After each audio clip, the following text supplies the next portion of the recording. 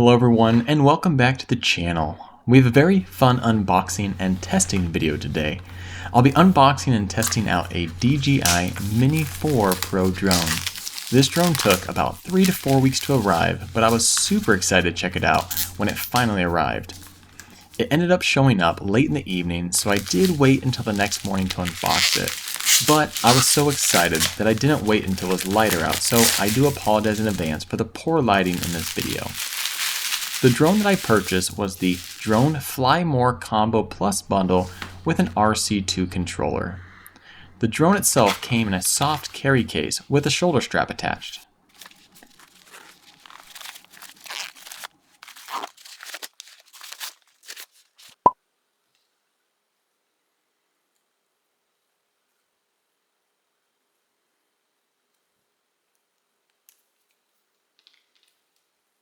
There are two different USB-C charging cables. One is going to be a USB-A to USB-C charging cable, and the other is going to be a USB-C to USB-C charging cable. You then have a triple battery charging station with a USB-C charge port. Two batteries are currently slotted in the battery charging station, with a third being placed in the drone. The Mini 4 Pro drone itself has USB-C charge port for the battery that is installed, as well as a microSD slot for storing footage that is captured during its flight. The drone is wrapped in a protective type strap. The strap covers the propellers, preventing them from moving around in transport to maintain their integrity. The camera also has a plastic gimbal protector to keep it safe in transit. Let's get those batteries charging. The RC2 controller, which basically every YouTuber said you should get, as it makes it so easy to connect to your DJI drone literally seconds after turning on, that it was well worth the upgrade and purchase. It has two joysticks that are stored on its back end. It also has two antennae that should be pointed in the direction of the drone to maintain a stable connection during flight.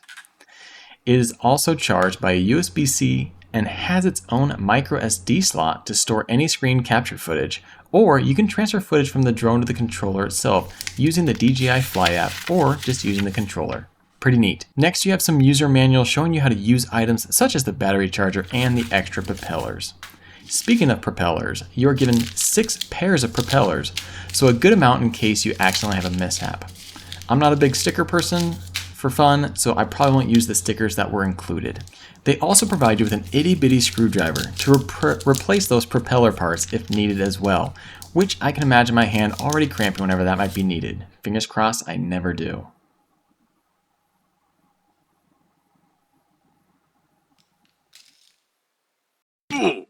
Now I need to access a serial number of the drone so I can properly register that. I need to remove the propeller protective strap so I can access the battery compartment, as the serial number is located inside of the battery compartment. First, I need to pop the wings/arms out so that I can easily access the battery, pop it out, and gain access to that serial number.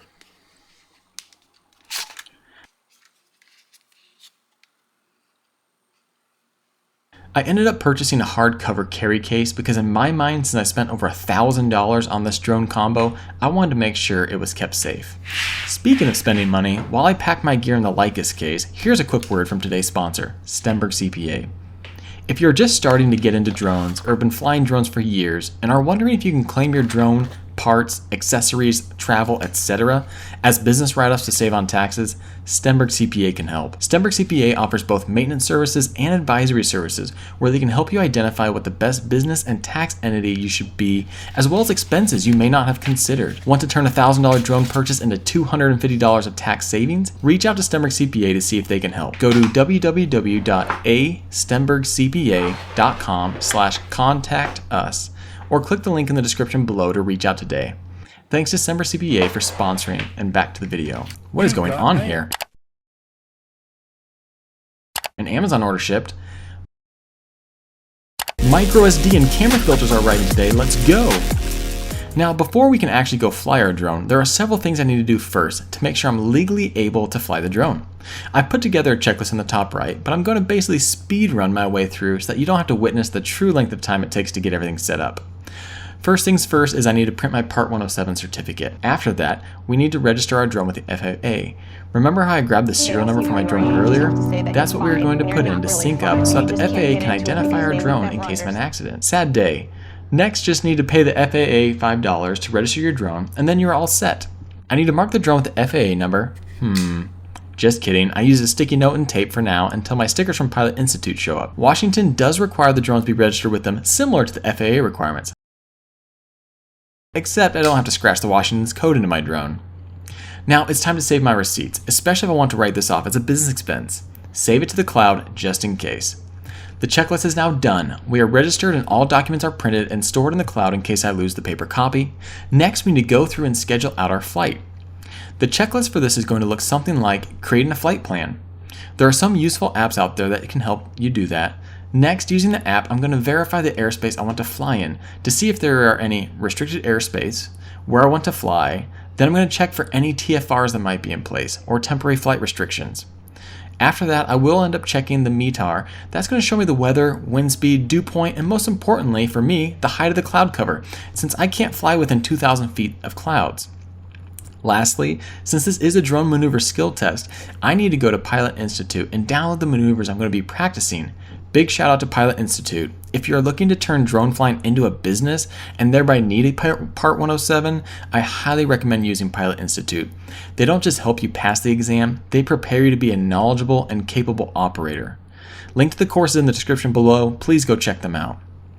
Now, there are no restrictions in the space I'm looking to fly in. It's considered Class G airspace. Currently, there are also no TFRs in place. The METAR does show that the cloud coverage is at 9,500 feet, so I'm good to go. I did verify more surface sources than just the METAR/TAF.com, although I highly recommend the site as it makes the METAR so easy to read and consolidates the information into nice and easy to understand graphics. Link for the website is in the description if you want to check out the website yourself.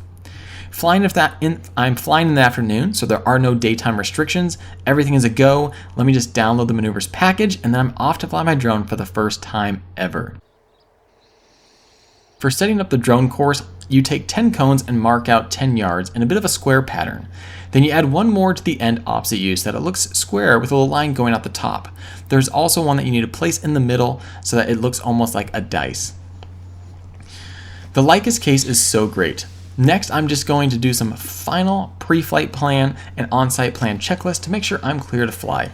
Sadly, the SD card did not make it in time for the flight, so I was only able to capture about 2 minutes of footage at a time with the native storage of the drone.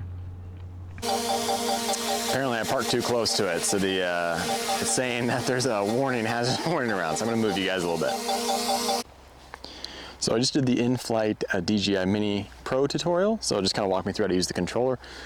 Figured I need to stand further back. The obstacle avoidance was going off the whole time because I had set things up pretty close. But basically I'm going to be launching it from the black box and then just going through the little maneuver test. So we'll see just how it works. But you guys, the footage isn't going to be that much fun. It's going to be pretty basic, but hopefully we'll get a little familiar more with the drone and how it works and operates. So hopefully you enjoy the footage. All right, so we just did forward and backwards. Now we're going to be doing the vertical rectangle, which is where I'm starting at about 10 feet or 3.1 meters. I'm going to go to the right. To the cone over here, a little bit further. All right, I'm gonna go up from about 3 meters. I'm gonna add it up to 33. Not sure that's gonna be too high or not. Maybe it was just supposed to go up 10 feet. Let's go up to 30 meters. Okay, go to the right. See if I can kind of get an idea of how it looks. And we're gonna come down. Again, coming back down to about 3.3 meters. There you go, buddy. Slowly but surely. Okay, looks like I didn't quite go far enough over. Let's go ahead and squeeze it over a little bit. All right, that's a little bit better. All right, and 3.1, perfect. Now move it back. All right, that is the vertical rectangle. Completed. Ooh, that was almost perfect landing right there. All right, what's next? Okay, straight line away is next. So what I'm gonna do is I'm gonna go out to the cone that is the second from here. All right, I'm gonna turn so that it comes back and actually faces me. There it is, turning. And I have this angled down at negative 15 degrees. That's kind of cool, so that's its home. And then it's gonna come right on back. I think I need to Move it a little more to the right, that way it's kind of more on the line. Perfect. Now we're right over that blue cone. All right, awesome, that was that one.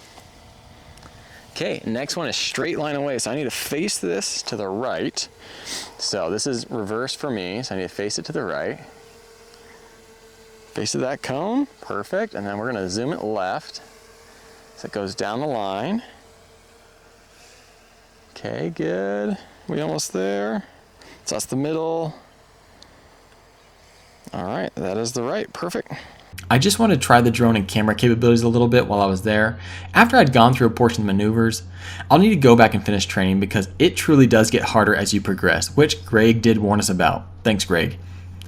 The DJI Mini 4 Pro drone can rotate its camera 90 degrees so that you can have a portrait mode if you want to capture the footage for social media. Some YouTubers though say not to worry about it because then you have to capture the shot twice on landscape and then portrait. They recommend instead just cropping out the landscape portion and capturing it a portrait mode that way. But I think it's still a cool feature. He f***ed up. Wow, almost got hit there. Good thing I'm a 1-star maneuverer. Maneuverist? Whatever it's called.